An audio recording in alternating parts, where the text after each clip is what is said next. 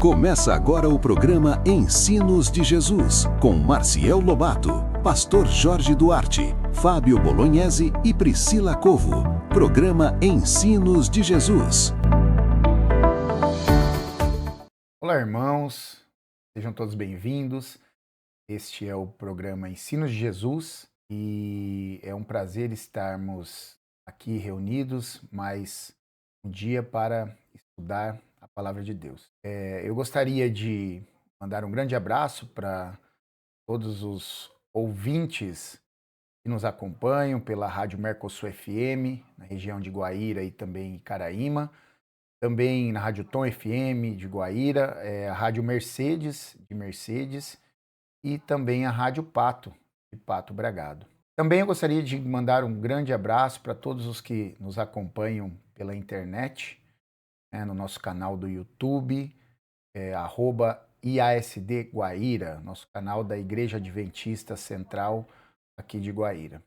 Irmãos, aqueles que estão nos acompanhando, na semana passada nós tivemos um programa especial, o Ensinos de Jesus, juntamente com o programa Na Mira da Verdade. O programa Na Mira da Verdade é um programa da TV Novo Tempo, que tem como apresentador o professor Leandro Quadros. Então, o professor Leandro Quadros esteve conosco aqui em Guaíra e ele fez um programa todo especial, Ensinos de Jesus, onde ele fez o quadro dele Na Mira da Verdade.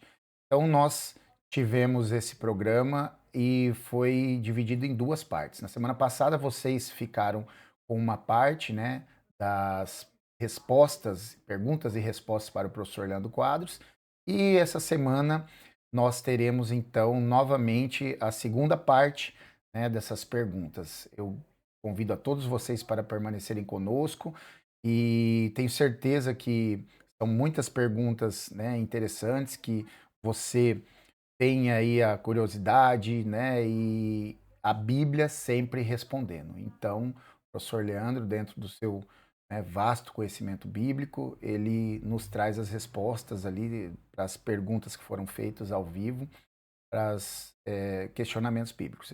Eu convido você a permanecer conosco nessa próxima hora. Tenho certeza que os questionamentos aqui que foram feitos e respondidos será muito importante para nós compartilharmos.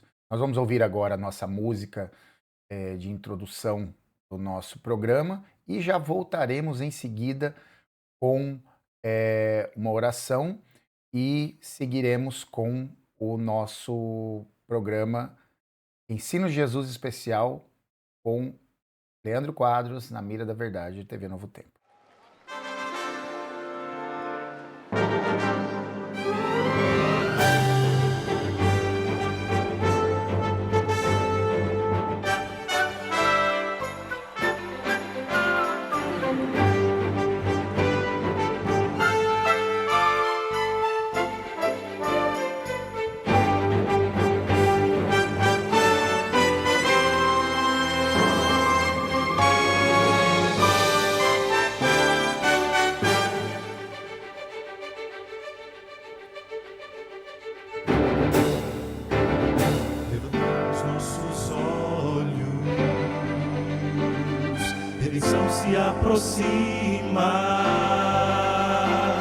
Já estamos quase ouvindo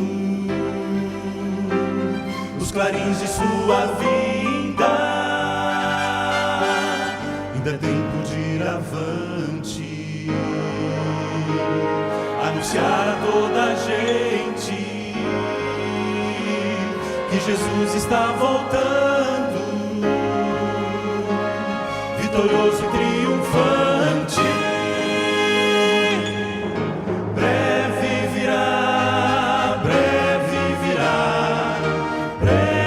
Jesus voltará,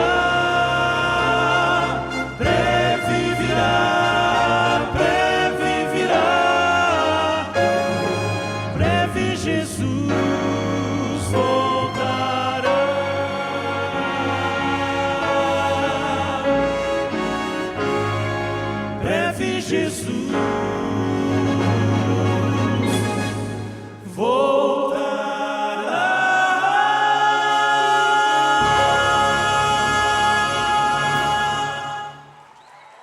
você ouviu o nosso prefixo de abertura do nosso programa, que fala da volta de Jesus. E agora eu convido você para fazer uma oração para que nós possamos estudar a palavra de Deus. Querido Deus, amado Pai, graças te damos, Senhor, por mais uma oportunidade que o Senhor nos concede de estudarmos a sua palavra, de lermos a Bíblia e trazermos respostas para questionamentos que existem por todas as pessoas que querem saber mais de Ti.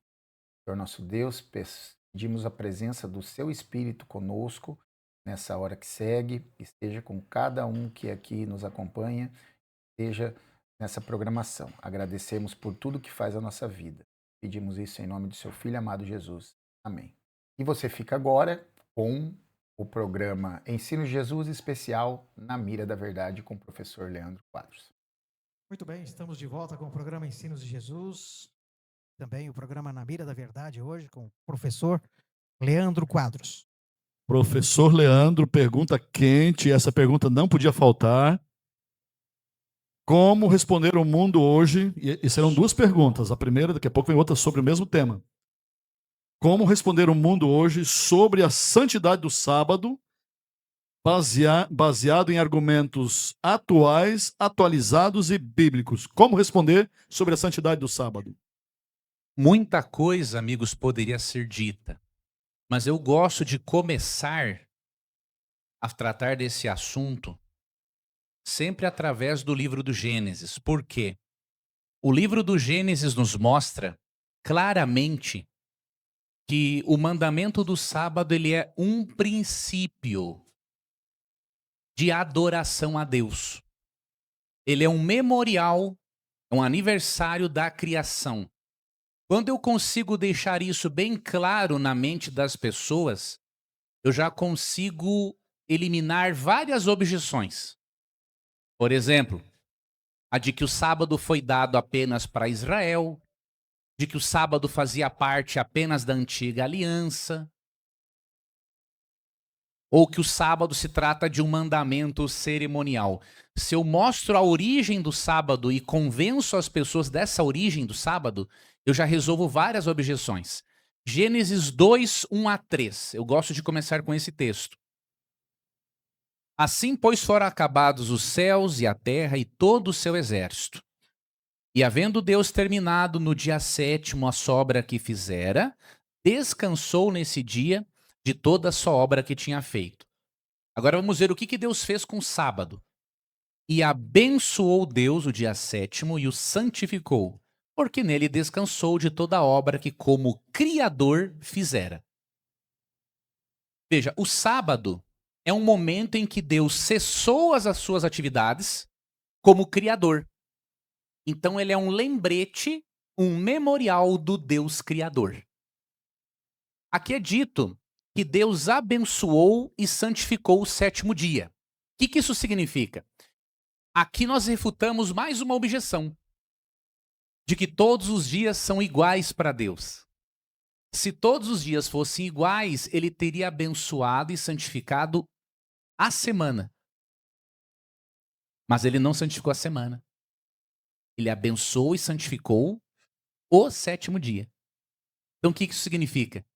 Que um dia, o sábado, é diferente dos demais. Porque nele há a bênção de Deus. O 7º dia é especificado em Êxodo, capítulo 20, verso 8, que é o sábado. sábado. Exatamente, pastor. É especificado, como o pastor bem disse no 4º mandamento. O nome do 7º dia é sábado, né, pastor? É exatamente isso. O que mais? Quando o 7º dia foi abençoado e santificado em Gênesis, existia o povo israelita? Não. Então é evidente que a origem do sábado foi no tempo de Adão e Eva. No tempo dos nossos primeiros pais, Deus abençoa e santifica o sábado. Então o que eu gosto de fazer? Eu gosto de mostrar esse texto para começar a conversa sobre o assunto, porque se nós vemos que o sábado faz parte do término da criação, e se todo ser humano foi criado por Deus e não apenas os judeus, é evidente que o sábado não é só para judeu. Entre outras objeções que você pode refutar aqui. Outra dica, pois não, A pastor. grande questão, talvez, na verdade, professor, é que alguns argumentam que Jesus aboliu o sábado Sim. no Novo Testamento. Eu já ouvi de pastores evangélicos dizendo que o sábado não aparece no Novo Testamento como mandamento. Vamos ajudar nisso. Esse argumento de que o sábado não foi repetido como mandamento, nós temos várias formas de refutá-lo. Eu até estou para fazer um vídeo, pastor, sobre esse assunto. Vocês querem ver como o sábado aparece como mandamento? Ele não aparece da forma como está em Êxodo, porque assim como não aparece, por exemplo, o dízimo, você não vê no Novo Testamento um texto mandando dizimar, como Malaquias 3:8 e 9 faz. Porém, há menções ao dízimo no Novo Testamento e há menções à guarda do sábado no Novo Testamento. Como para um judeu a existência do sábado e do dízimo é uma coisa tão evidente, eles não precisavam repetir o mandamento da mesma forma que no Antigo, porque já era evidente para eles a continuidade dessas duas instituições, sábado e dízimo. Agora, como que você prova que o sábado ainda era visto como mandamento? Essa expressão aqui, pastor, eu gosto de Lucas 23:56. Então se retiraram para preparar aromas e bálsamos e no sábado descansaram segundo o mandamento. Então, mesmo que o sábado não seja repetido da mesma maneira, igualzinho como o Êxodo 20:11, ele ainda é tido como mandamento. E olha que isso aqui está registrado no Evangelho de Lucas. 40 e poucos anos depois, 30, 40 anos depois do evento que ocorreu aqui da morte de Cristo. Então o sábado é chamado de mandamento em Lucas. Então, e o que o pastor falou, apresentou que foi muito importante. Muitos irmãos sinceros, e eu falo com muito carinho nossos ouvintes do programa Ensinos de Jesus, alegam que Jesus aboliu o sábado, mas eu quero dar uma atividade aqui para os nossos irmãos evangélicos fazerem. E para você que está aqui dentro também hoje, você que é um observador do sábado, leia todos os debates que Cristo teve sobre o sábado no Novo Testamento e faça a seguinte pergunta para esses textos. Jesus é contra o mandamento do sábado ou contra a maneira como o sábado estava sendo guardado? Se você responder essa pergunta, você resolve uma série de objeções. E aqueles textos, professor, que ali em Colossenses, em Efésios, como que nós poderíamos responder aos nossos irmãos evangélicos? Realmente há textos usados. Por exemplo, um deles é Colossenses 2:16, que fala que ninguém vos julgue por dias de festas, lua nova ou sábados, porque isso tudo é sombra de Jesus Cristo, diz ali o verso 17. Como que nós explicamos esses textos, irmãos? Primeiramente, o sábado não está sendo questionado por Paulo em Colossenses 2:16. Eu vi uma abordagem que eu achei muito importante, pastor, do Dr. Wilson Paroski. Ele escreveu um capítulo num livro que ainda está em inglês sobre o sábado no Novo Testamento. Daqui uns meses eu vou para o exterior e quero trazer esse livro, que não está traduzido ainda. É o Sábado no Novo Testamento. Dr. Paroski fez uma explicação desse texto muito interessante. Ele falou que a expressão, que o texto no grego deveria ser mais ou menos assim: ninguém vos julgue por comer ou beber no sábado. O que isso significa? O mandamento do sábado não está sendo discutido em Colossenses 2:16, mas o comer e beber de forma cerimonial naquele dia, do sétimo dia. Porque nas nossas traduções está assim: ninguém vos julgue por comer, por comida ou bebida. Só que no grego não é comer ou beber. Então ele mostra que a construção grega do texto explica o seguinte: que ninguém vos julgue por comer ou beber de forma cerimonial no dia de sábado. Então ele não menciona simplesmente sábados cerimoniais ali, ele menciona também o sábado moral, mas ele se refere a uma prática ritualística de comer ou beber de forma ritual no dia de sábado. E por que nós não vemos o sábado ali como uma sombra? Ele pode apontar para Cristo, mas o detalhe é que ele é um memorial de um evento passado, que é a criação. E dois eventos, né? na verdade, né? Da redenção Da redenção e da criação. e da criação. Então nós não entendemos que Colossenses 2 esteja abolindo o sábado, mas ele está tratando de uma maneira equivocada de comer, beber de forma cerimonial, de observar o sábado naquele contexto. Ele trata também do mesmo problema de Jesus. Não é o sábado em si, mas uma maneira errada de observar o sábado. Até quando Jesus fala em Mateus 12:12, corrigindo o fanatismo judaico na guarda do sábado, né? Jesus fala assim: é lícito fazer o quê? O bem aos sábados. Vamos analisar logicamente o texto? Se há algo que é lícito, existe algo que é ilícito. Então veja, ele não está dizendo que é para fazer qualquer coisa no sábado. Ele está dizendo, ó, é lícito fazer o bem.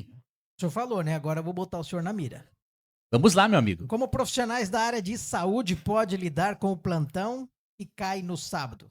Tendo em vista que é uma profissão que necessariamente é muito fundamental. Muito boa pergunta. Existem, irmãos, profissões essenciais à vida, como, por exemplo, a obra de um enfermeiro, a obra de um médico, a obra de um policial. Como que esses profissionais podem lidar em relação a isso? Eu gosto de mostrar, queridos, primeiramente, como Jesus guardava o sábado. E aí você vai ter que aprender com Jesus e buscar dele ajuda para você fazer do mesmo jeito. Porque se ele fez, ele lhe deu o exemplo para mostrar que você também pode. Por exemplo, Cristo curava pessoas no sábado. Porém, o que diz em Lucas 4,16? Ao mesmo tempo em que ele curava pessoas no sábado, o texto diz assim: indo para Nazaré, onde fora criado, entrou num sábado na sinagoga, segundo o seu costume, e levantou-se para ler. Ou seja, mesmo curando aos sábados, Jesus ia à sinagoga todos os sábados. Ou seja, ele não impedia que o seu trabalho médico missionário o atrapalhasse de adorar a Deus. Ele fazia as duas coisas de forma equilibrada. Então você, como profissional da saúde, tem que fazer como Jesus. E buscar alternativas. Quer ver? Eu tenho um amigo meu, médico. Agora ele está lidando só com medicina esportiva, eu acho. Não, medicina do trabalho. Mas quando ele lidava em empresas, ele tinha também 2 consultórios e dava plantões. Ele fazia o seguinte: ele não abria o consultório no sábado, não dava plantão no sábado, porém, estando ele na igreja, se um paciente internado apresentasse uma piora e ele não pudesse resolver isso à distância, saía, ia atender esse paciente e, dando tempo, ele voltava para a igreja para continuar adorando a Deus, e se não, ele voltava para a sua casa para seguir. Então, é possível. Nós temos hospitais, né? Nós temos que atender. Temos. E como funciona isso? Lá faz o seguinte: atende as pessoas doentes, o que não faz é trabalho burocrático. Por exemplo, dar altas, né, do hospital, documentação, receber dinheiro, cirurgia sem necessidade urgente, né, pastor? Exatamente isso. Então, cirurgias que podem ser programadas são para outros dias da semana. Isso, eletivas, né? Exatamente. Então você percebe, amigos, há maneiras de fazermos o nosso melhor observando o sábado. Sobre o trabalho do policial, tem um princípio também interessante em Neemias 13.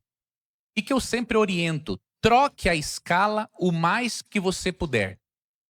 Tá? Sempre que você puder não trabalhar no sábado, é melhor.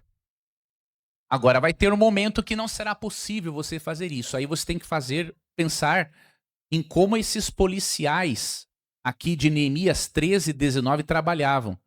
Neemias, uma vez, colocou guardas para não deixarem cargas entrarem na cidade de Jerusalém no sábado. Aí Neemias 13, 19 diz assim, ó: dando já sombra às portas de Jerusalém, antes do sábado, ordenei que se fechassem. e determinei que não se abrissem senão após o sábado. Às portas coloquei alguns dos meus moços para que nenhuma carga entrasse no dia de sábado. E havia, queridos, um revezamento de escala tão grande que raramente eles ficavam naquela rotina. Isso não era uma rotina. Então, trabalhar pela segurança, trabalhar pela saúde, pela vida, desde que isso não se torne uma rotina que te atrapalhe de adorar a Tem Deus. que ser algo voluntário, praticamente. Né? Voluntário, pastor. Voluntário. Tem que ter em mente que tu está fazendo algo missionário. Né? Algo missionário. E o que fazer quando mesmo faz um plantão e a pessoa recebe esse valor por aquele plantão que foi voluntário, ele precisou? O que fazer com o recurso? A igreja não tem uma opinião definida sobre isso. Isso é uma questão particular. Alguns preferem dar de oferta esse valor. Outros preferem usar para os pobres. Outros não preferem fazer nenhum dos dois. Ficam com eles mesmos. Eles entendem que fizeram o melhor que puderam para não estar naquele momento. Então essa já é uma questão mais individual. Seria importante você avaliar em oração com Deus o que ele coloca no seu coração. Tem pessoas que se sentem bem. Agora, o maior problema é o seguinte, irmãos, é a palavra rotina, hábito. Achar normal. Se virar um hábito você fazer uma obra no sábado, mesmo que seja em relação a trabalhos essenciais, você vai ficar frequentando poucos cultos para não perder o emprego e acaba esfriando na fé. Então nunca pode se fazer, irmãos, essa troca. Eu vou trocar a minha espiritualidade pelo emprego. Não, irmãos. Deus, ele abençoa quem guarda o sábado, irmãos. Em Isaías 58, 13 e 14, ali é uma promessa de prosperidade para quem guarda o sábado.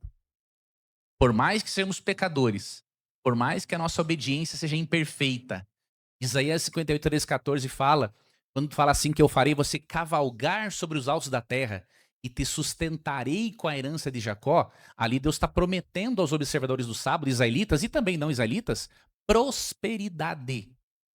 Deixa eu contar uma história breve para vocês da minha relação com o sábado. Quando eu me converti e aceitei a Cristo como meu salvador, eu tinha ali meus 16 para 17 anos. Como eu falei para vocês, eu estava vindo de um treino de futebol. Eu tinha feito um erro, meus irmãos, naquele ano, no segundo ano do ensino médio. Eu não conhecia nada do evangelho. Eu estudava à noite, fazia o ensino médio à noite. Alguém aqui era da época do ensino médio à noite? Tem vários da minha época aqui. Né? Alguns não levantaram por falta de coragem. Né? Mas na minha época dava para fazer o ensino médio à noite. Só que o que eu fiz, irmãos? Como eu gostava muito de futebol, eu matei todas as aulas em que o meu time, o Grêmio, jogou Libertadores, Brasileiro, Copa do Brasil e Gauchão. Em resumo, das 8 matérias, eu só não fiquei em recuperação em educação física. Peguei recuperação em todas as matérias. Todas. Só que aí eu conheci a igreja. E decidi que eu não ia às sextas-feiras à noite estudar, com recuperação em 7. Aí eu tinha 4 amigos, nós éramos um quinteto muito unido, grandes amigos que eu tenho saudade deles até hoje, nunca mais os vi, mas foram amigos assim que Deus me deu, foi um privilégio ter amizade como aquela. E aí nós brincando ali e tal, falaram assim, rapaz, agora você não vai vir na sexta-noite, que pena, nós vamos, no próximo ano a gente vai estar do outro lado da sala, na outra sala, dizendo um tchau para você, porque você vai ficar aí no segundo ano. Ou seja, eu ia perder o ano. 7 matérias e ainda não indo na sexta-noite. E eu expliquei pro professor, né, que eu estava guardando o sábado e tudo mais.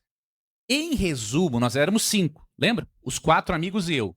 Vocês acreditam que no fim do ano eu fui o único que passei e os 4 reprovaram? A profecia deu certo. Aí eu que dei o tchau. Vocês já pensaram nisso? E eles pegaram o exame em menos matérias do que eu. Um pegou 2, outro pegou 1, outro pegou 3. Eu peguei em 7, irmãos. Mas por eu, na minha falha, na minha pecaminosidade, decidir ser fiel a Deus, Deus me abençoou e eu passei de ano. Entendeu? Então, guarde o sábado. Faça o seu melhor para observar o dia do Senhor, não importa a área a qual você pertence, Deus vai abençoar a sua vida. Ô, professor, tem uma questão aqui, preciso colocar. Uma pessoa colocou, e se eu tenho um hotel, como é que eu faço?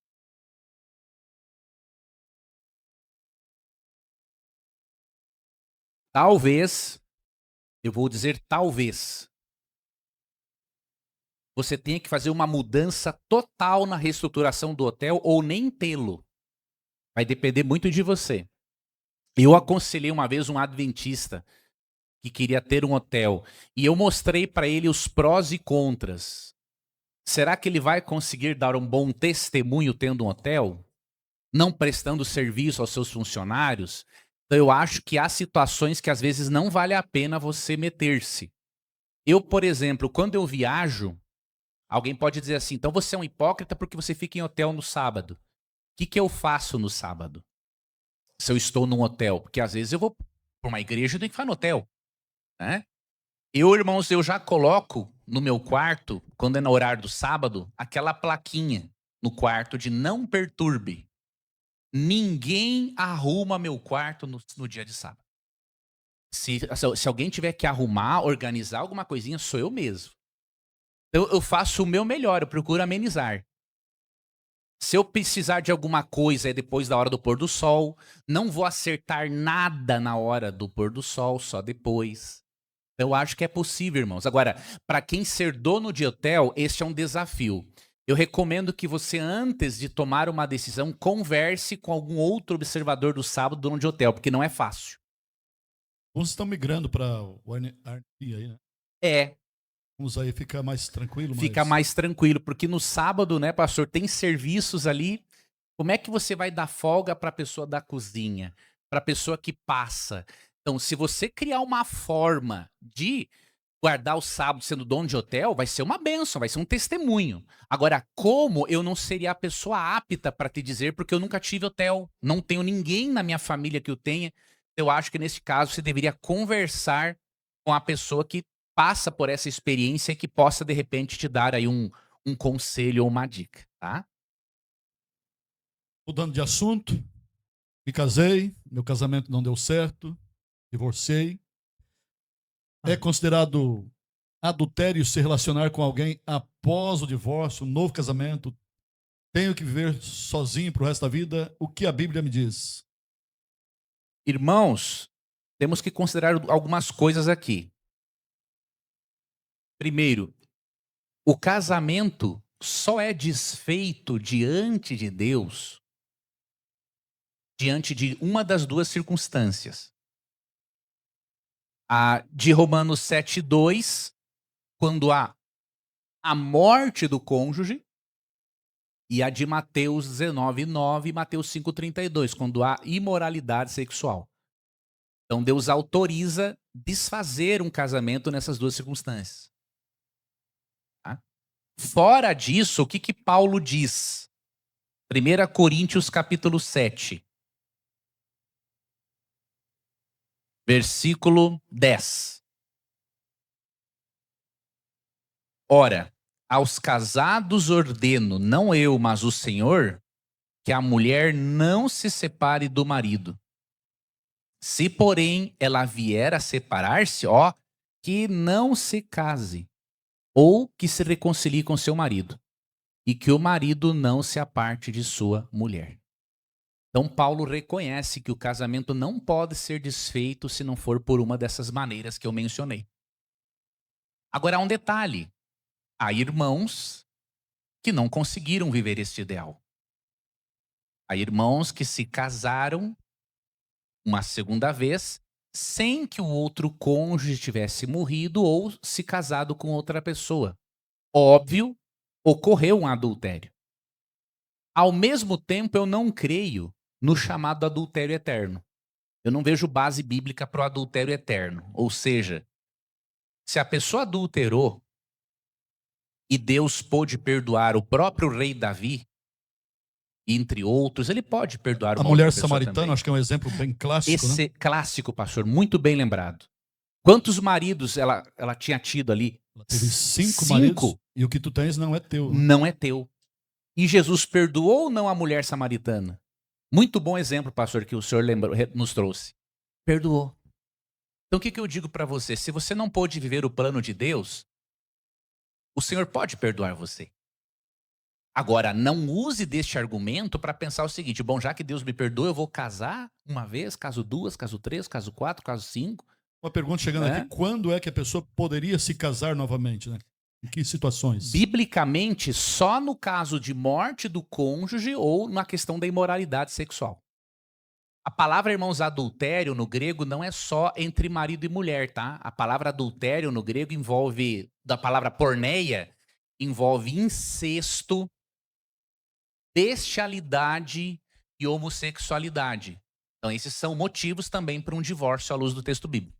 Agora, se o cônjuge, irmãos, puder e quiser perdoar, também está valendo. É melhor preservar a família, tá? Agora, tem casos como, por exemplo, incesto, irmãos, não tem como.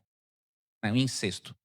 Como é que você vai voltar a conviver com a pessoa na mesma cama que com o próprio filho? Não tem mais. Então, Deus entende essas circunstâncias e Ele recomenda, né, pode seguir a vida adiante. Então, são só nesses casos. Fora isso, irmãos, como diz 1 Coríntios 7,10, é adultério. Agora, tem um detalhe aqui, até eu lembrei de uma coisa, pastor, que eu tenho que dizer. Desculpe eu me delongar um pouco mais nessa questão. O que uma mulher tem que fazer se ela apanha do marido em casa? Muito boa essa pergunta, não é? Veja, irmãos, mesmo que a Bíblia não autorize um novo matrimônio sem ser fora dos contextos que eu apresentei, a Bíblia também não diz que essa mulher tem que ser um saco de pancadas desse marido. A Bíblia recomenda uma separação sem dar autorização para um segundo matrimônio. Eu vou explicar o porquê, para você vai ver a lógica de Deus nisso. O verso 15, Paulo tem um princípio aqui do capítulo 7, ó, de 1 Coríntios. Ó. Mas se o descrente quiser apartar-se, que se aparte. Em tais casos, não fica sujeito à servidão, nem o irmão, nem a irmã. Deus os tem chamado à paz. Malaquias 2,16 é um texto muito interessante também, professor. Diz que Deus odeia o divórcio, mas odeia também aquele que usa de violência. De violência, muito bem lembrado. Então vocês percebem, irmãos? Aqui, Deus não autoriza um segundo matrimônio, mas Ele autoriza, sim, proteger a separação, proteger a sua integridade física e psicológica. Mas eu vou pensar, Leandro, como é que eu vou viver sozinha para sempre? Deixa eu te dizer uma coisa. Você não vai viver sozinha para sempre. Porque quer ver uma coisa? Esse filho do Satanás, que gosta de bater numa mulher, esse filho do cão, não é? Se alguém preferir, esse filho do capeta, ele não vai se manter fiel a Deus.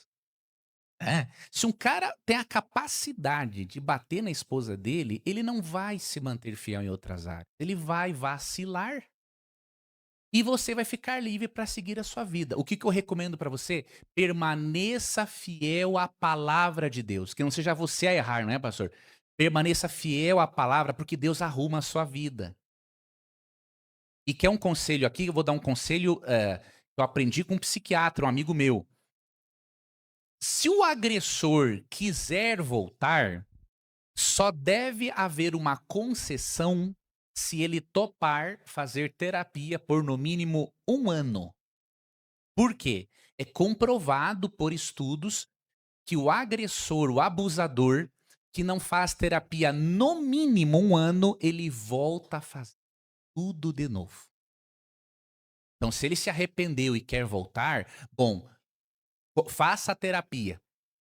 E se você abandonar a terapia antes de 1 ano ou antes de a psicoterapeuta ou psicoterapeuta te der alta, acabou de vez. Não quero mais essa vida e pronto. Porque uma mulher, você tem que lembrar de uma coisa, o teu corpo, 1 Coríntios 6, 19 e 20, o teu corpo é o templo do Espírito Santo. Se você tolera um marido agressor, você está pecando contra o seu próprio corpo. Vou repetir. Se você tolera um marido agressor, você está pecando contra o seu próprio corpo. Então, abra o olho. Siga adiante porque Deus quer ver você feliz. Permaneça firme na palavra e Deus vai arrumar a sua vida. Muito bem, estamos com o programa Ensinos de Jesus. O professor Leandro Quadro deu aqui alguns conselhos, eu vou dar mais um. Denuncie. Não deixe de denunciar. Perfeita observação. Denuncie, porque hoje as leis já estão cada dia melhores e eu tenho certeza que pode salvar muitas vidas. E a Igreja Adventista tem um programa chamado Quebrando o Silêncio. Antigamente, talvez alguns, na ignorância, até diziam assim, aguenta, orem, né? Mas hoje a igreja ela tem esse programa para defender. E a Bíblia fala, né, bem claro, para que a gente defenda aqueles que não podem se defender. Defender os oprimidos, né, pastor? Exatamente. Exatamente. Muito bom conselho, meus irmãos. Denunciar, não tem outro meio. Irmão, crime, não se passa a mão em cima de crime, irmãos. Deus vai cobrar de nós isso. Tem que denunciar, não tem jeito. Não tem coragem, pede ajuda, Isso. mas não deixe de fazer, né? Pede ajuda ao pastor, pede ajuda aos líderes da igreja, pede ajuda aos advogados na igreja. Denuncie, não perca essa oportunidade, porque uma vez traz a segunda, a terceira, a quarta, e daqui a pouco você se acostuma a apanhar, né? E não é por aí. E Marcial, no caso de violência, se nós soubermos de alguém que está sofrendo agressão, como cristãos, nós também temos a obrigação de fazer o quê? De denunciar, porque às vezes o agredido não tem forças mais, ele não tem mais voz. É muito importante. A Bíblia tem uma orientação sobre isso. Tem ou não, professor?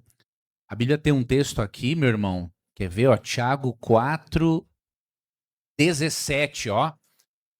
Portanto, aquele que sabe que deve fazer o bem e não o faz, nisso está pecando. Então é pecado você saber de algo e você não denunciar. É pecado. Deus vai cobrar de você. Você sabe de uma criança abusada? E é um crime de omissão também. É de crime de omissão. É dever você fazer a denúncia. Você sabe de uma criança, inclusive, sendo abusada? É dever. Se você não fizer isso, você está pecando diante de Deus e esse sangue vai ser jogado sobre a sua cabeça também. O livro de Isaías também fala, abre tua boca em favor do inocente, da pessoa, né? Ali, Isaías, Deus assim. condena muito isso mesmo, a falta de ajuda com o oprimido, né? Nós vamos dar um pequeno intervalo e na volta nós temos uma música. Eu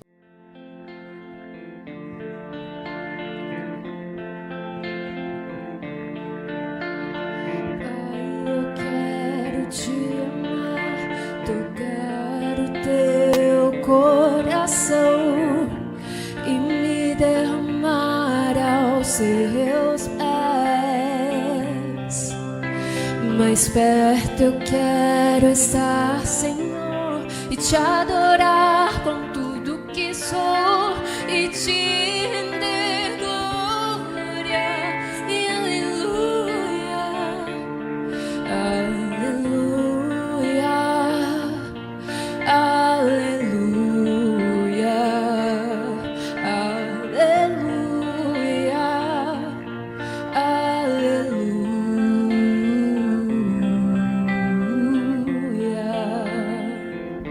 Amém? Agora vocês me ajudem, hein? Pra usar a voz tá difícil isso aí. Quando lutas vierem me derrubar, firmado em ti eu estarei, pois tu és o meu refúgio, ó Deus. E não importa onde estiver, no vale ou no monte, adorarei. A ti eu canto glória, aleluia, aleluia, aleluia, aleluia, aleluia.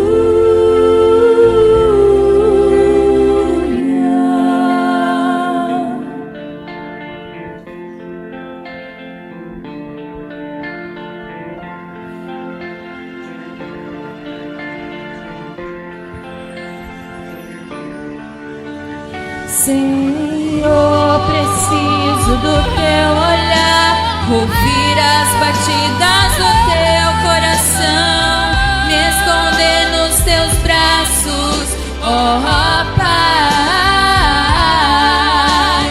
Toda minha alma deseja-te, junto com anjos cantarem, tu és santo, exaltado, aleluia. Aleluia, aleluia,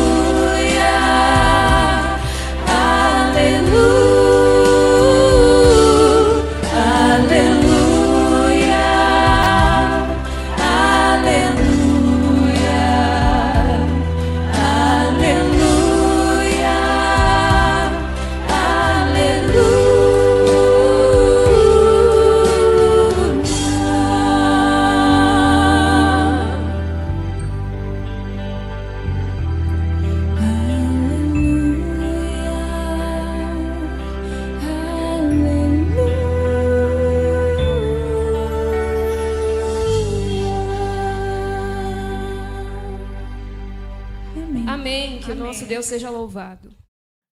Vamos mais perguntas?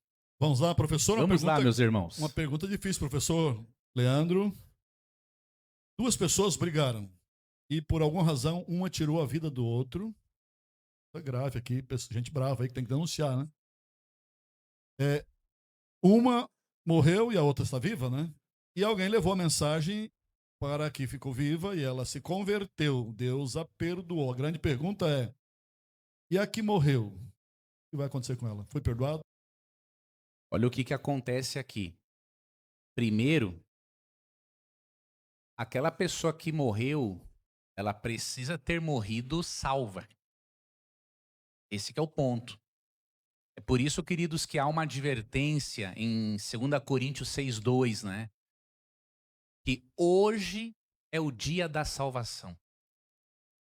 Hebreus 3:12-15. Não deixar a decisão para depois, para o coração não se endurecer pelo engano do pecado. Hebreus 4:7, né? Hoje, se ouvirdes a sua voz, não endureçais o vosso coração. É por isso, queridos, que a salvação tem que ser aceita hoje.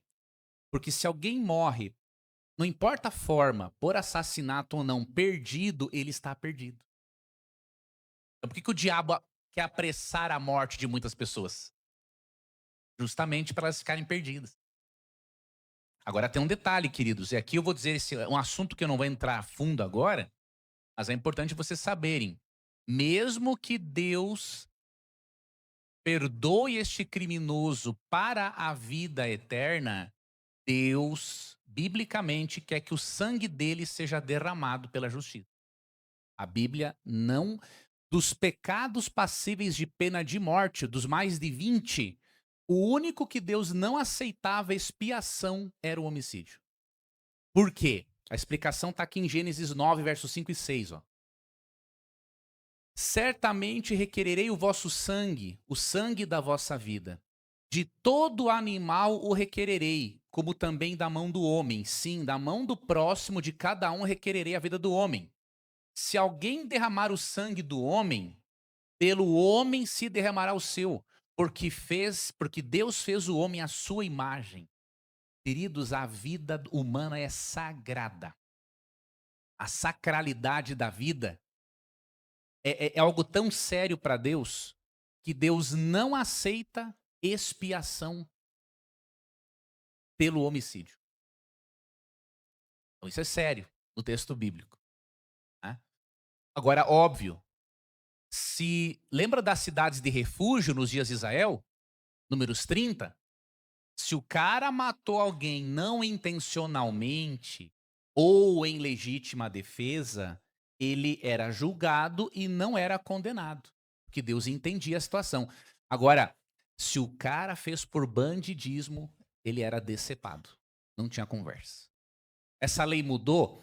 Essa lei não mudou, queridos, porque aqui está em Gênesis 9, Deus deu para Noé, Deus nem deu para os israelitas isso aqui. Isso aqui foi antes dos israelitas.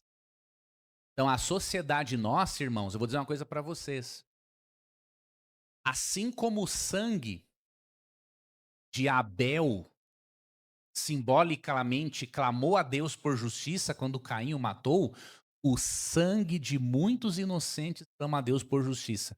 De acordo com números 30-35, o sangue de uma vítima mancha a terra. contamina a terra. Ou seja, o Brasil, por passar a mão na cabeça de criminosos, assassinos, o Brasil está sob a maldição de Deus. Tem coisas no Brasil que nunca vão melhorar porque está sob a maldição de Deus.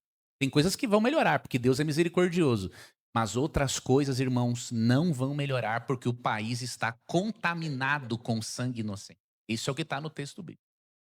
Então, irmãos, isso é sério. Deus pode perdoar sim para a vida eterna, não há dúvida. Deus perdoa criminosos e salva criminosos que se converteram, assassinos, não há dúvida disso. Mas Deus não tira a responsabilidade do crime dele. Ele destruiu alguém que é a imagem e semelhança de Deus. E para Deus isso é muito, muito, muito. Causa uma dor muito profunda no coração de Deus. Romanos 8:28 fala que todas as coisas cooperam para o bem daqueles que amam a Deus. Em Jó 4, verso 8, fala que Deus é amor. 1 João 4, verso 8, fala que Deus é amor. Logo, quando olho para a Bíblia, parece que Deus tem feito esperar sofrer. Pessoas passam por desertos, tribulações. Abraão esperou 25 anos, José ficou preso vários anos no Egito, Jó que sofreu muito, Davi, Jeremias, parece que todos eles sofreram a ponto de tanto sofrimento que Paulo certa vez diz, melhor é lucro morrer do que viver. Porque Deus, então, age desta forma com aqueles que o amam. Veja, não é Deus quem necessariamente age assim. Na verdade, vocês lembram que nós estamos num conflito, num grande conflito entre o bem e o mal. Quem traz dor, irmãos, a nós não é Deus, é Satanás. E tem vezes que nós mesmos somos os responsáveis pelas nossas dores. Quando nós tomamos decisões equivocadas, nós sofremos consequências por essas decisões, porque transgredimos certas leis de Deus. Mas lembre-se, Jeremias foi perseguido, Davi e outros, não foi Deus quem fez, foi o demônio. Até no caso de Jeremias, Jó também, muito bem lembrado. Quem que estava por trás do sofrimento de Jó? Satanás. Agora, olha que coisa, queridos, e aqui isso é uma lição de fé para mim e para vocês. Jó só tinha conhecimento do que ocorreu a partir do capítulo 3 do livro dele. O que estava mencionado nos capítulos 1 e 2, nós não temos indicação que Deus tenha revelado para ele. E aí, quando nós vamos para Jó 38 ao 42 e Deus dialoga com Jó, olha que coisa, em nenhum momento Deus deu a resposta que Jó queria. Só a resposta que ele precisava. Ou seja, eu estou direcionando sua vida, eu não sou responsável pelo que está acontecendo com você, mas Deus não falou com Satanás. Você e eu temos o privilégio de sabermos os bastidores, mais do que Jó teve. E mesmo assim, muitas vezes somos ingratos para com Deus e culpamos a Deus de coisas que ele não é o responsável. Consequências dos nossos pecados, de decisões ou por influência direta de Satanás. Então lembre-se, queridos, no mundo de pecado, o mal não escolhe a quem vai atingir. Deus protege, mas tem momentos em que sua soberania, ele permite que o mal siga o seu curso normal para que o mal seja realmente desmascarado. Então essa é a realidade. Eu aconselho para você estudar a doutrina do conflito cósmico, a doutrina do grande conflito. Porque nós não vamos ter, amigos, todas as respostas, mas vamos ter as melhores e mais convincentes respostas para essa questão da origem do mal. Bom, então lembre-se, há um grande conflito e há soldados de um lado e de outro. É óbvio que se você faz parte do exército de Jesus, você desagrada ao exército do diabo. Então a consequência é perseguição. Agora, o que nós podemos aprender com os cristãos perseguidos, irmãos? Eu recomendo, leiam um dia o Livro dos Mártires, de John Foxe. O Livro dos Mártires é um clássico da teologia histórica. Quantos foram para a fogueira cantando? Porque sabiam que estavam entregando a vida pela causa do evangelho. Aquilo ali é um livro fortíssimo. Então, confia em Deus. Todas as coisas contribuem para o bem daqueles que amam a Deus. Porque nós não conseguimos ver o além como Deus vê. Então, quando Deus permite algo, ou quando algo acontece que fugiu dos planos de Deus, ele tem poder para transformar a tragédia numa bênção. Ele tem esse poder. Ele pode. Então, por isso que no fim das coisas, tudo contribui para o bem dos que ama a Deus. Mesmo que a gente não veja, ele vê. E tem um pensamento de Ellen White que eu vou deixar para vocês. Eu vou dizer com as minhas palavras, não vou dizer o pensamento literalmente, mas ela diz mais ou menos o seguinte: Deus não dirige a nossa vida de uma maneira contrária que nós mesmos dirigiríamos se pudéssemos viver o fim desde o princípio como Ele. Olha como Deus é fiel. Ele não vai dirigir a sua vida de um jeito contrário ao que você mesmo decidiria se você visse o fim desde o princípio como Ele. Ele é tão fiel, Ele não vai tomar uma decisão que você mesmo não tomaria se você estivesse no lugar dele. Tenha fé nesse Deus, porque Ele sabe o que ele...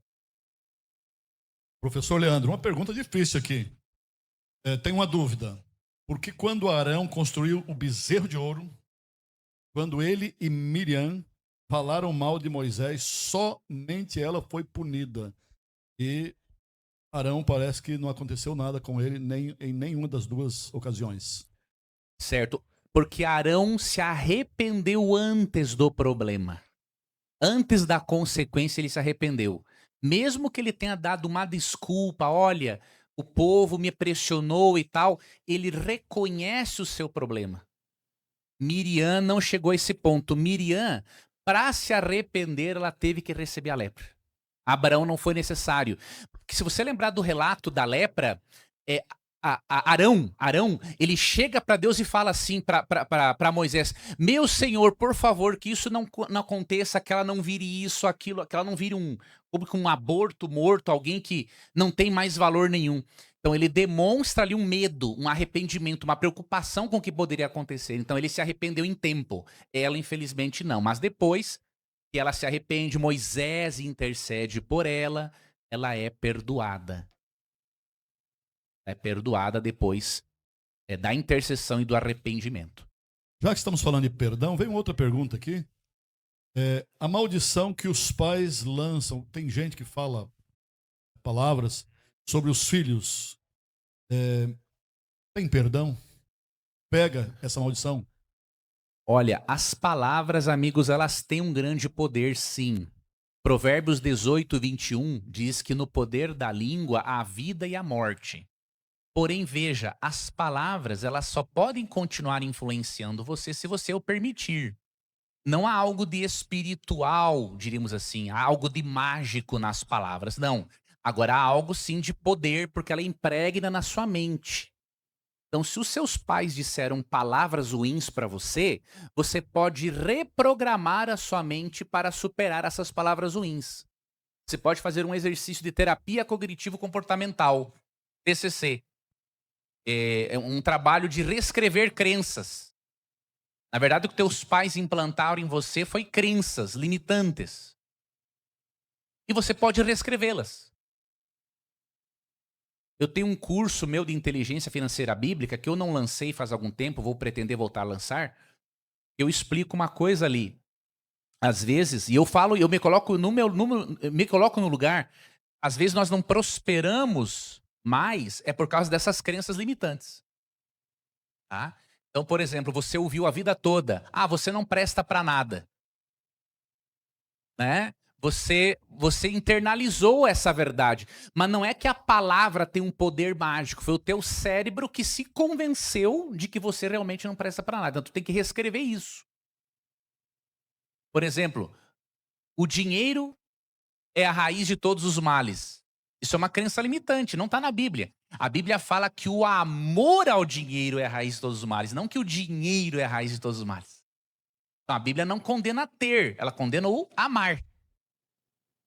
Então você tem que reescrever. Por exemplo, pega uma folha em branco, escreve do lado esquerdo crenças limitantes, do lado direito crenças potencializadoras. Esse é o título. E aí você vai escrever suas crenças limitantes. Lógico, se tu fizer uma terapia cognitivo-comportamental, vai ser mais rápido você resolver isso. Mas você pode já começar em casa. Primeira crença limitante, um exemplo. Você não presta para nada. Escreve na outra coluna. Sou criado à imagem e semelhança de Deus. E a cruz mostra o quanto eu tenho valor. Está reescrevendo a crença limitante.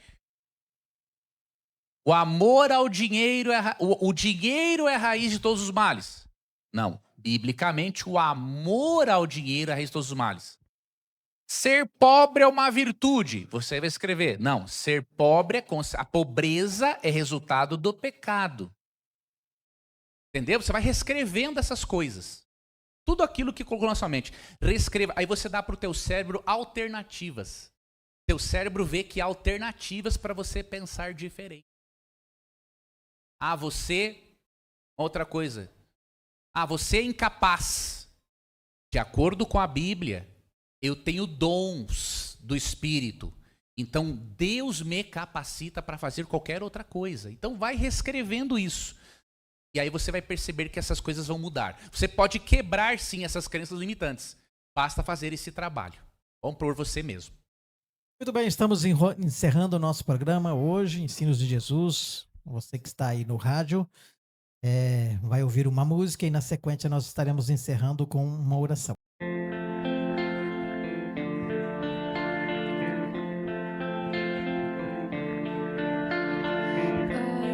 quero te amar, tocar o teu coração e me derramar aos seus pés.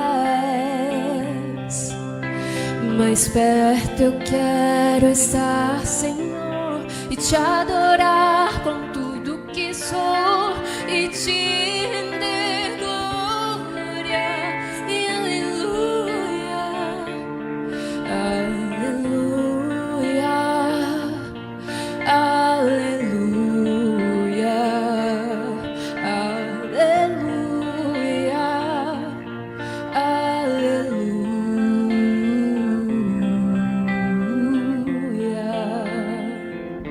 Amém? Agora vocês me ajudem, hein? Pra usar a voz tá difícil de sair. Quando lutas vierem me derrubar, firmado em ti eu estarei, pois tu és o meu refúgio, ó Deus. E não importa onde estiver, no vale ou no monte, adorarei. A ti eu canto glória, aleluia, aleluia, aleluia, aleluia,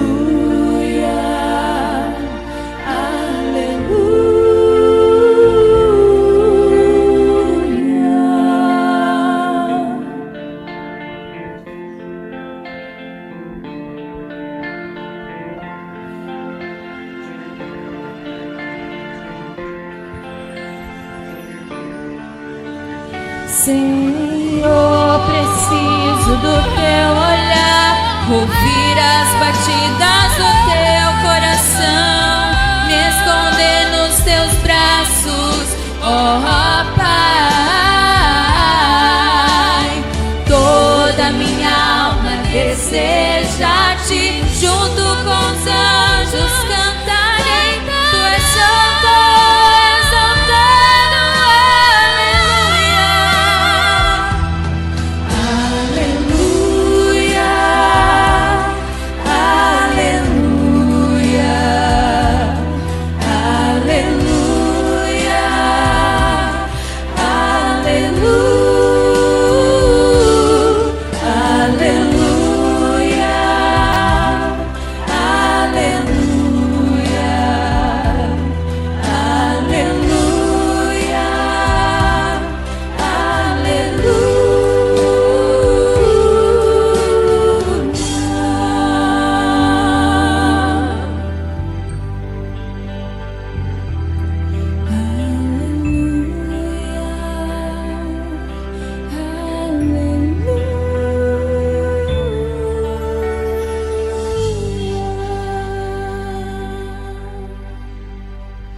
Amém. Que o Amém. nosso Deus seja louvado. Vamos pedir então para que o Leandro encerre a programação de hoje, orando. Os nossos amigos ouvintes estão sempre acostumados, nós temos uma oração no final.